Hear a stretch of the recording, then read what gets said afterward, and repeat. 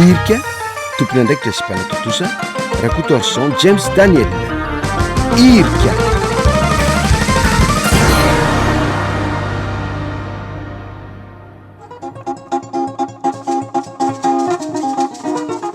Manatitra ny rahaba tompoko lasy tompoko vavy makasitraka anao mpiaino manaraka ny onjam-peon'ny radio Don Bosco amin'izao takarivany alakamisy izao.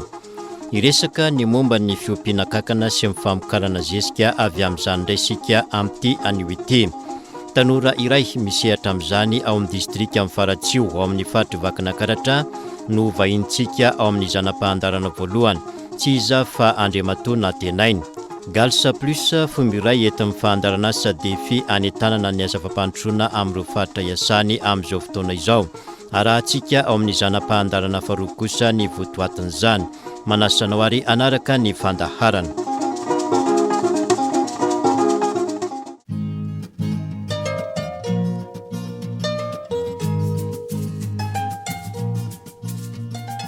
Araka ny nambara tamin'ny fampidirana teo moa dia Natenaina Kazimira no vahintsika anio. Kankana roa tanana teo eo tao amin'ny papabio no ny atombohany roa taona lasa izay. Ankehitriny efa mamokatra zesika kankana 70 hatramin'ny 80 kilao isan-kerinandro izy. Natenaina ampalalao am-piaina aloha mombamombanao. Faly miarahaba ny mpiaino Natenaina Kazimira avy aty amin'ny distrikan'ny Faratsio dia misehatra eo anatin'ny fambolena sy ny fiompiana biolojika dia misehatra amin'izay famokarana zezika biolojika izay na dia navita fianarana manokana mahakasika ny fitsaboana aza dia hita fa ao anatin'ny sakafo no anisan'ny zavatra voalohany ny aingana ahafahana mitsabo ny olona dia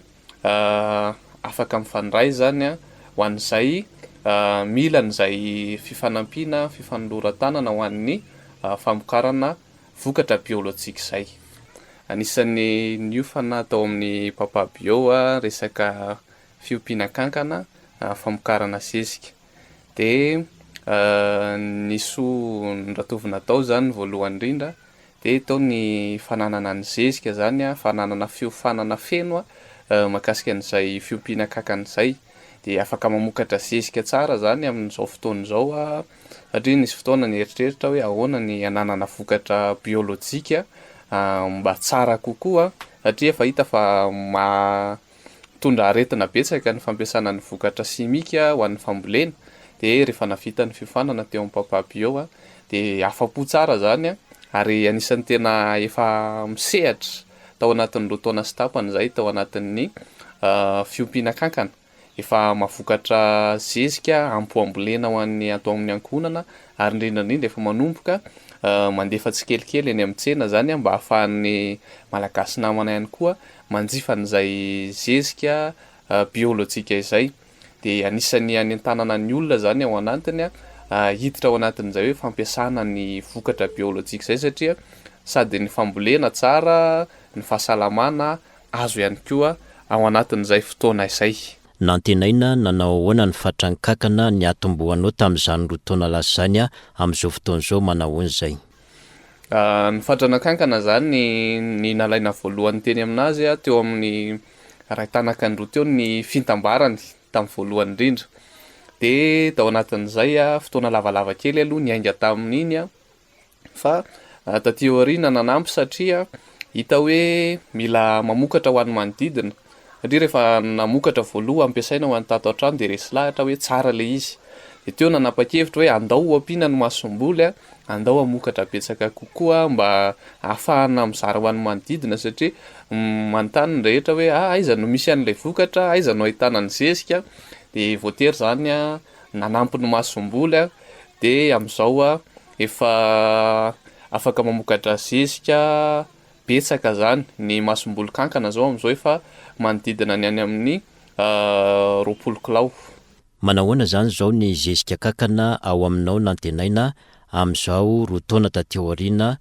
ny ofananao tao amin'ny papabio izay. Ny vokatra zezika zany zao raha ho an'ny isan-kerinandro zay ny manala zezika na 10 andro eo dia mahazo hatreo amin'ny 70-80 kilao isan-kerinandro arakaraky ny hatsaran'ny sakafo zany. Nantenaina manahoana amin'ny fahitanao ny favitry amin'ny mpanjifa amin'ity zezika kankana ity? Hatreto aloha zany de tsy maraka izay mamokatra ny zezika. Rehefa tonga ny fotoam-pambolena zany indrindrandrindra ho an'ny voly avitra ho aty amin'ny distrikany Faratsio ny fambolena ovy, de ho an'ireo olona efa resy lahatra zany de tena tsy maraka izay fa lasa zay indray aza no miteny hoe lany ny zezika atao aminay fa betsaka ny olona liana. De ho an'ny fambolem-bary ihany koa efa betsaka ny olona mampiasa anazy ho an'ny vary ary mahita vokatra.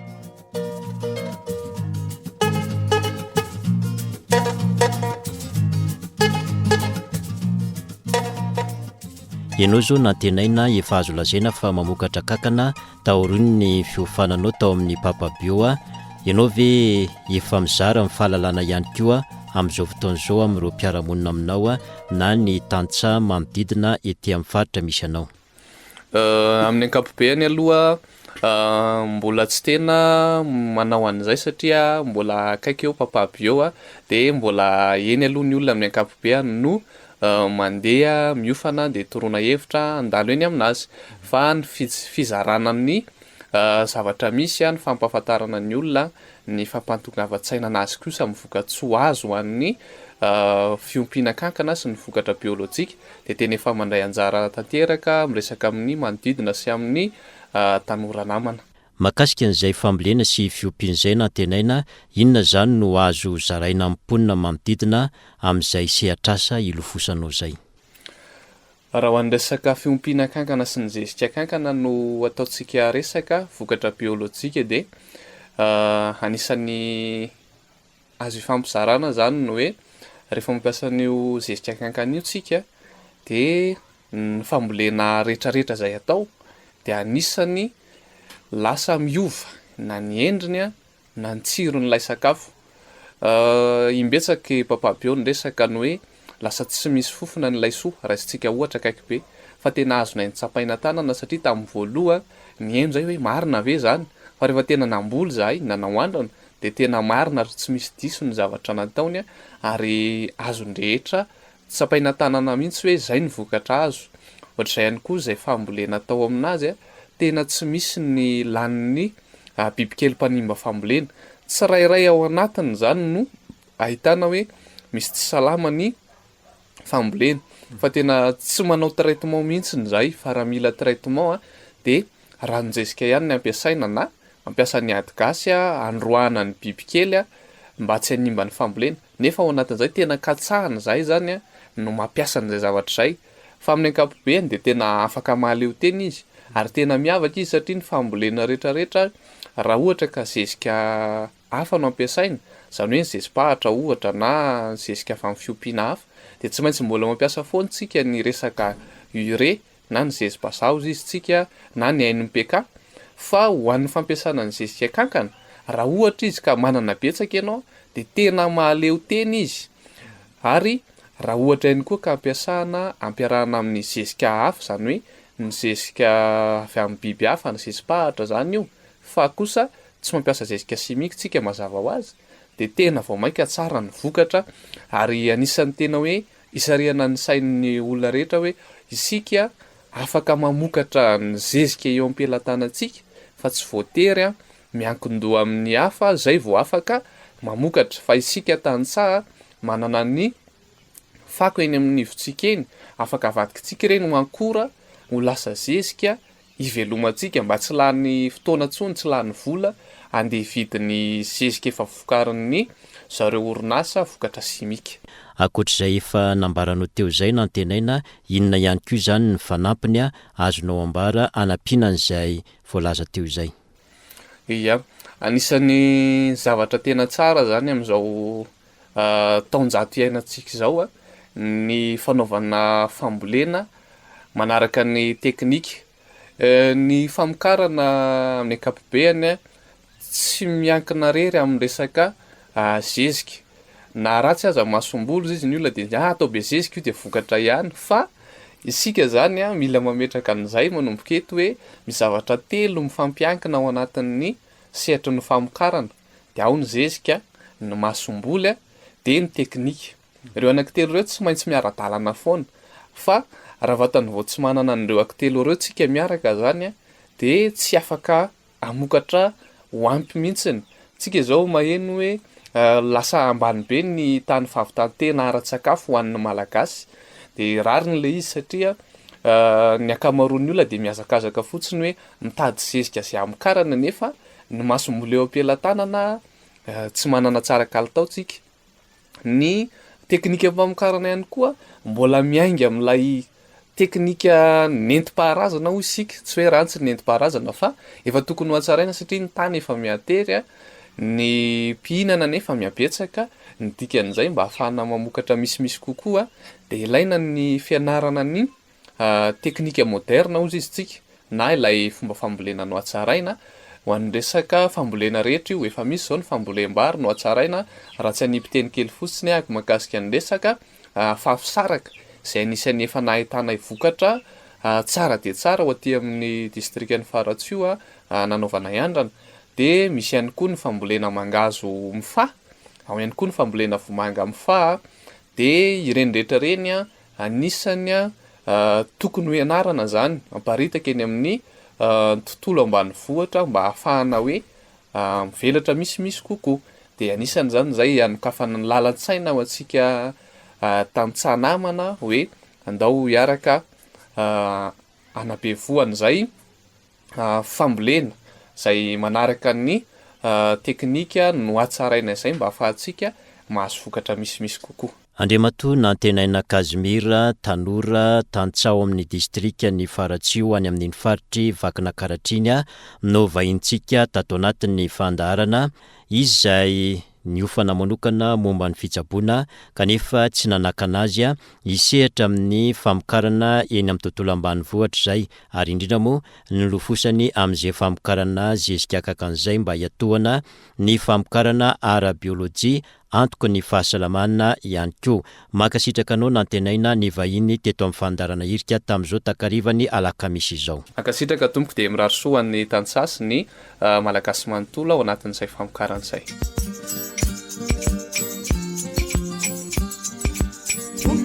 Makaisawa reto tomobila farany herinandro e onnoa makaisawa manaitra ny tambany vohitra onnoa makaisawa reto tomobila farany herinandro e onnoa makaisawa manaitra ny tambany vohitra trenaka mitrenna mirifatra mianavaratra am trennaka mitrenna miazo ny lalana tsimo trennaka mitrenna miazo ny lalana miatsinananaly am trennaka mitrenna miandrefana koa tsy adino onnoa anisawa ireto elobe miloko maromaro e onnoa anisawa manaloka tambany vohitra onnoa anisawa ireto elobe miloko maromaro e onnoa anisawa manaloka tambany vohitra menna volala totara masoandro menna manimba ny masony aty menna volala totara masoandro menna manimba ny masony aty onnoa fa isawa reto kizivavy miakanjo asimange onnoa fa isawa mangarika tambany vohitra onnoa fa isawa reto kizivavy miakanjo asimange onnoa fa isawa mangarika tambany vohitra revika mirevirevy fone mendoa sa eny am revika mirevy marikoriko ety. Fampandrosoana tsy adidin'olona iray fa lamina ihany tsy lohan'ny olom-pirenena rehetra.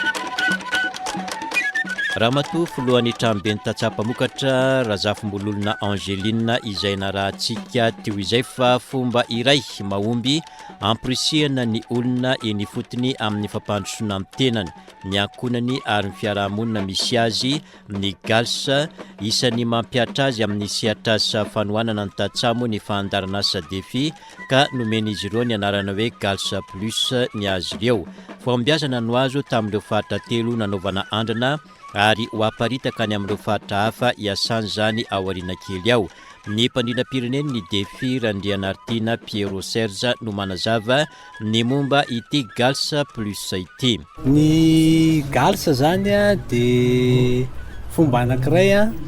hoentina mamaritra ny vinan'ny tokantrano na ny olona anankiray na ny vondrona ray zay ampiasaina tena mampiavaka azy de ho an'ny olona zay tsy voatery mahay mamaky teny sy manoratra dia ao anatin'io fomba ray io zany no amaritana ny vinan'ny tatsa satria tatsa moa tena miara-miasa amin'ny defi dia misy ny tombanezaka apetraka ihany koa dia ao anatin'izay ihany koa no ametrahany hoe inona ny sofanararoatra na ny hoe zava-misy eo atoerana azo ny ampiasaina sy ny mety ho sakana ka ahafahany hoe inona ny zavatra ho atao hoentina miala zay sakana zay zany natao hoe galsa amin'ny ankapobeny dia ny tsaratsara kokoa moa zany dia ny mpivady no miaraka mijery an'izay mba isiany miraleta sy mba ahafahana mampirindra ilay fivoarana ho an'ny defi manokana dia isan'ny tanjona farany defi moa zany ny fampivoarana ny tatsa amin'ny fahazahoany fidiram-bola maharitra sy afaka miaritra ny fiovavan'ny toetrandro noho izany de ty fomba galsa ty zany de noentin'ny defi ampiarina amin'ireo mpahazo tombotsoa aminy dia isan'ny loha-hevitra voizina ao anatin'izay ny resaka fanjari-tsakafo ny resaka famokarana ny resaka fiatrehana fiovavan'ny toetrandro ary ny resaka miralenta ireo rehetrarehetra zany dia ilaina jerena miaraka amin'le izy dia apetraka ny vinan'ny tatsa ao anatin'ny 5 taona na 3 taona dia apetraka ny tanjona hotratrarina ao anatin'ny herintaona dia apetraka ny tombozota na ny dingana isaky ny 3 volana na isaky ny 4 volana dia ireo tatsa reo zany dia misy ny fanjoina azy arak'izay vinana apetran'izay ahafahana mijery hoe tratra ny vely izy sa tsy tratrany inona no tokony hanampiana azy fa isan'ny mampiavaka an'le galsa moa arak'le teny teo dia ataoko sarisary daholo zany zay zavatra rehetrarehetra zay mba azahoany tatsa mahazo azy dia 3 taona ny tena nampiarany defi an'ilay izy zao satria efa taloha tany amin'ny 9 tany moa ny idiran'ny galsa teto Madagasikara fa nanomboka 3 taona zany tena nampiarany defi azy efa hita ny vokatra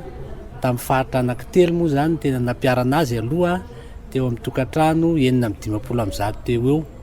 dia rehefa hita fa tsara ny vokatra tamin'izay tokantrano zay dia ho ampiarina amin'ny faritra rehetrarehetra faritra 5 iasan'ny defi zany ty galsa plus ty manomboka izao ary efa nisy ihany koa moa zany fampiofanana an'ireo tatsa sangany satria marihana ihany koa fa tatsa nampiofanana ihany no mampita n'ilay fomba fiasa amin'ireo tatsa namany dia efa misy tatsa 9 teo moa zany no natao hoe tatsa sangany zay apita izany fomba fiasa zany amin'ny tatsa rehetrarehetra ao anatin'ny defi. Fomba entina mamaritra vina ampiasaina ho an'ny olona rehetra mahay na tsy mahay mamaky teny sy manoratra ny galsa izay famaritana vin'izay tena mahazava-dehibe azy io hoy ny mpandrindrapireneny amin'ny defi Randrianartina Piero Serge. Ny ao anatin'le vina dia ny tokantrano mihitsy ny tena mamaritra azy io vina io zany dia misy fepetra amaritany azy hoe azo tanterahana dia azo refesina fanatanterahana azy dia tsy hoe nofinofy manidina fa tena mipetraka tsara amin'ny manodidina de nytokantrano tsirairay zany samana ny vinany fa ny raisany de hoe vina ampivoatra n'ilay tokantrano le izy de rehefa mitambatra moa zany ny vondrona de misy itovizany ihany keo ohatra raha ny ohatra vitsy de nisy zao ny vina ny fambolem-bary hoe ampiakatra vary ampiakatra ny tampamokarana fa de tena misy izay le azo refesina tena misy miteny mihitsy hoe arivogony no ezahany ho tratrarina ao anaty 3 taona matratrarana an'izany de firy no tratra afaka ray taona de inona ny tokony atao de mivoaka ho azy eo zany le teknika resahana hoe tokony mampiasa masom-bolo tsara zany tokony manao zezika zany tsy tokony manimbanimba tontolo iainana zany tokony zaraina zany ny asa ahoana rehefa manetsa ahoana rehefa manao kojakoja lakan-drano zany hoe le fomba zany ampiasaina ahafahana mamoaka le teknika rehetrarehetra mba aza mitatsaha azy kokoa. Misy ny fanjoina reo tantsa arakaraka ny vinana petrany amin'ity fomba fiasa Galsa plus ity. Fanazavana Andriamatora Andrianartina Piero Serge. Misy ny nanao ny vina hoe famokarana tantely fa misy ny efa lasa lavidavitra kokoa hoe ametraka ozinina fanodinana mangazo lay vondrona de araka vinana amperany eo ohatra de tsy maintsy mividy tany aloha zany zay ampitomboina ny vokatry ny mangazo de mba ahafahana mividy tany dia mila mamokatra tsaratsara kokoa ao anatin'izay le nitenena teo dia ny zavatra rehetra misy eo atoerana de ampiasainy daholo tsy hoe zany hoe tia ny vina sy ny tetikasanareo de hovatsiana ivola fa hoe inona aloha ny vitanareo, inona ny azonareo atao miaraka amin'ny defi, inona ny azonareo atao miaraka amin'ny ministera fambolena, ministera tontolo iainana, mety misy ONG ve eo atoerana manampy anareo dia izay rehetra zay zany no arafiny sy eritreretiny ahafahany miteny hoe zao zany ny tratranay de zao zany le ataonay dia miaraka amin'ny mpiaramonina rehetrarehetra ihany koa moa izy zany manatanteraka an'izay de ireo vina ho tanterahan'ireo zany de tsy defi rery manampy azy, defi moa zany isan'ny manampy azy fa mifandrimbona dolidoly satria ao anatin'izay ihany koa moa zany ao anatin'le fampianarana azy keny hoe fahaizana miresaka sy manatona an'ireo sofanararoatra rehetrarehetra lay ozinina ny resahako teo zao de efa nanatona ny talepatry ny varotra sy ny fanodinana izy de nyresaka izy hoe le resaka tany-ketsa industrialy sao de mba zay ny afaka hitatana azy zay tsy defi mihitsy manao an'izay fa araka le vinana apetrany de hoe sao de mba azony tantanany io de mifampiresaka amin'ny ministera ny industrie moa izy zany amin'izay hoe ahoana tokoa raha mapetraka ho anareo tia de mila manao coopérative nareo sy ny karazany famokarana izy efa ataonay amin'ny defi de ohatra maromaro vitsivitsy zany zay fa ny tena zava-dehibe de hoe ireo tatsara eo zany de asaina mandray atanana ny hoaviny dia ny programa na tetikasa na fitondram-panjakana de manampy azy amin'izay vina an'izay satria vina everina fa azo tanterahana tsara no apetrany amin'izay vina izay. Ny fandaranasa Formaprod no nampiatra ny Galsa voalohany teto amintsika ny taona 2014 fa andaranasa samy vatsiny ny fidavola avokoa na ny defi na ny Formaprod.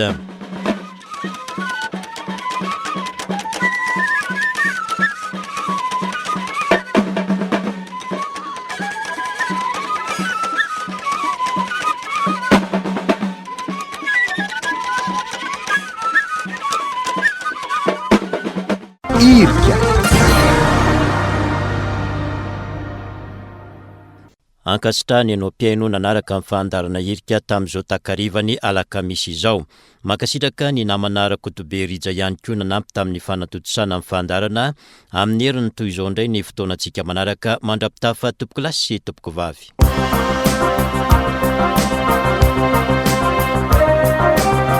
Irka. Fandarana eto amin'ny Radio Don Bosco amakafakana loha hevitra hitondrana vaovao ary ny tsara ho fantatra momba ny fampandrosoana isaky ny alakamisy ariva amin'ny enina sasany. Irka tompony andraikitra sy mpanatotosa Rakoto Arson James Daniel. irka